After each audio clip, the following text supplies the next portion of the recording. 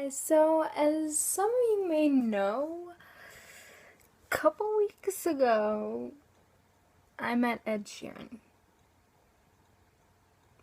Whoa. I know, right? Anyways, so I've been kind of delaying this for some reason. I just haven't really had time with school, and finals, getting ready for finals. Last day of school is tomorrow. So that's exciting. But I am done with finals. Tomorrow will mostly be fun stuff in school. Although some of it will be crying because last day. But whatever.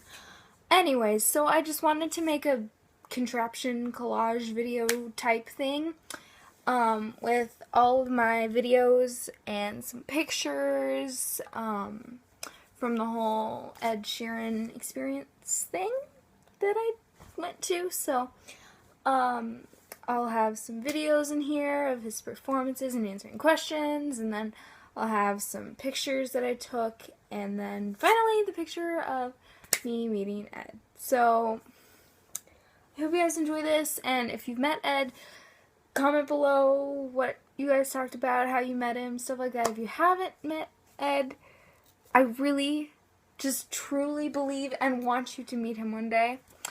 I never thought I would. I never thought I'd even meet a famous person ever, but I did, and I'm so grateful and happy about it, and he's the nicest person in general I've ever met. Not even just the nicest famous person I've ever known about. He's just the nicest person ever. So, yeah, I will stop doing this intro because it's really long. It's already like 2 minutes. And I will talk about the experience afterwards. Like, talking to him. So, hope you guys enjoy this video, and let's get started! Dreams and just stay with me. Ooh, oh, my senses come to life while I'm stumbling home, as drunk as I have ever been, and I'll never leave again. 'Cause you are the only one, and all my friends have come to find another place to let their hearts collide. Just promise me you'll always be a friend, 'cause you are the only one.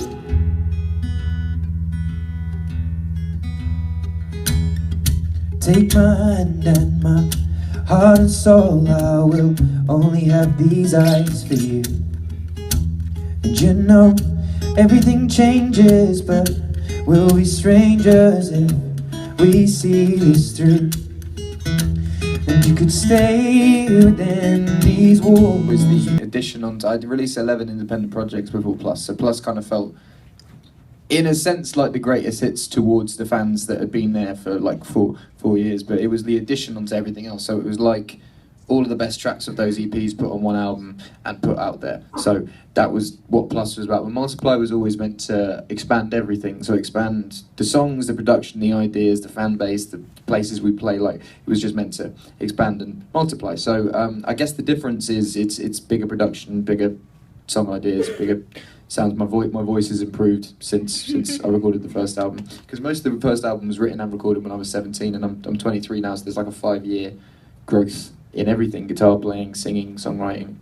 Well, and so you obviously pushed yourself some too, and you enlisted some pretty high-powered help. I mean, Rick Rubin basically has produced half the records that have come out in the last 25 years. Essentially. The good ones. The really great ones, of course, the really great ones. But I mean, he's so busy and he works everywhere, so I wonder, when you enlist someone like that, does he have a team or is he there? I mean, how present is Rick Rubin when Rick Rubin produces a record? I mean, because you must get requests all the time. What makes you say, yeah, let's do that, and no, I'm not doing that? Collaboration-wise, it's whether or not it makes sense to share, like, song time, I guess. Like, for instance, I wrote a song with Usher, and Usher is like legitimately one of the best singers I've ever worked with. Like, you'll say, sing this, and he'll sing it better than you imagined you could sing it. And like, with a song like that, even though we wrote it together, it doesn't make sense me being on that song, because he sounds so good on it, and having another singer on it is just, it's gonna, whereas like the Taylor Swift song, we wrote that, and then she was like, you take the second verse and then we'll both harmonise. And of course, and it made sense because it was a male and female voice kind of gelling together. Whereas, yeah, I think you just have to work out what works best on a track. Some people do collaborations to further career, and some people do it just because it sounds nice. And I prefer to do it just because it sounds nice. Beautiful. We've got Ed Sheeran in Studio C. You mentioned Usher. I know you're going to be on the finale of The Voice next week. We'll talk about that in a second, but we should probably do another song. The worst things in life come free to us. She's just under the upper hand, goes mad for a couple grams, and she don't wanna go outside tonight. She's in the pipe, she'll fly to the motherland and settle up to another man. It's too cold outside for angels to fly, for angels to fly now.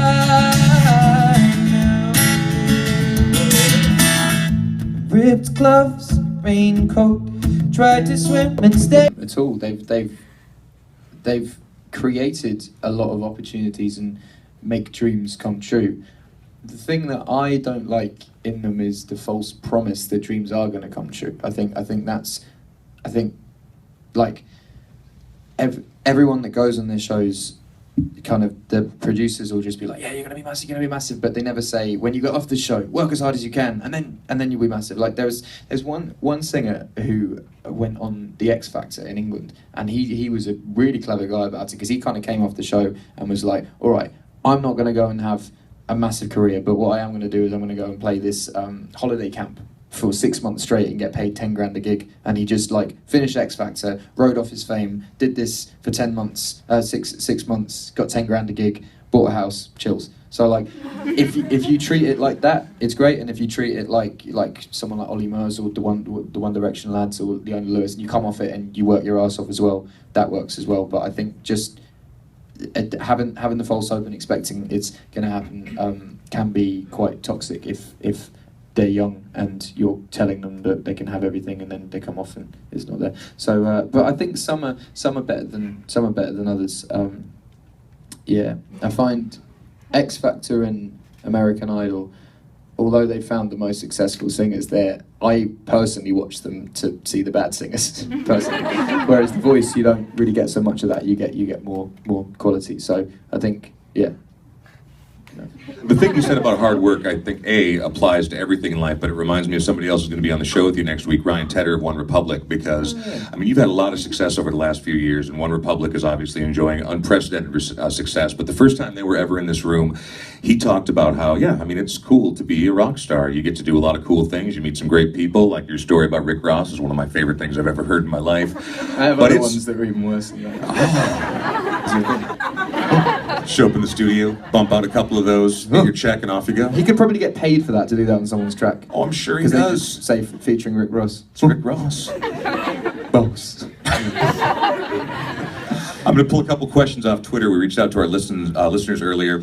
Someone who tweets by the name of Sheeran Donut. I don't know what that means exactly. What are you most looking forward to over the next few months? The album coming out, yeah. The album coming out. I hope it doesn't leak before it comes out. Everyone's album seems to leak nowadays because you have to send it to a warehouse before it gets released for it to get printed up and stuff. So I hope it doesn't leak because it's been so long in the making. But yeah, the album coming out and touring. Touring doesn't really end though. We've kind of been on tour. Well, if you were to count just gigging, I've been on tour for like 8 years, but the actual promotional tour, it's been 3 years now that we haven't stopped. It's just been constant. Do you want to stop? I mean, do you need a break? I did, yeah, I did. And then I made the album, and that took a bit longer than expected. And now I'm here. All right, well, we're very, very glad to have you back. One more question. How's Graham? Graham's good, yeah, Graham's good. Graham got used, does anyone watch Game of Thrones? Anyone? Do you watch Game of Thrones? I've seen it a couple times. So anyway, one of the actors from Game of Thrones is now having a music career, and Graham got used on his album cover photo shoot without my knowledge. My manager's girlfriend is like a makeup stylist for like all these big photo shoots. She works with a lot of models and stuff, which is always nice to hang around with people like that. And yeah, just one day she was like, "Going to take Graham for the day," and I was like, "All right."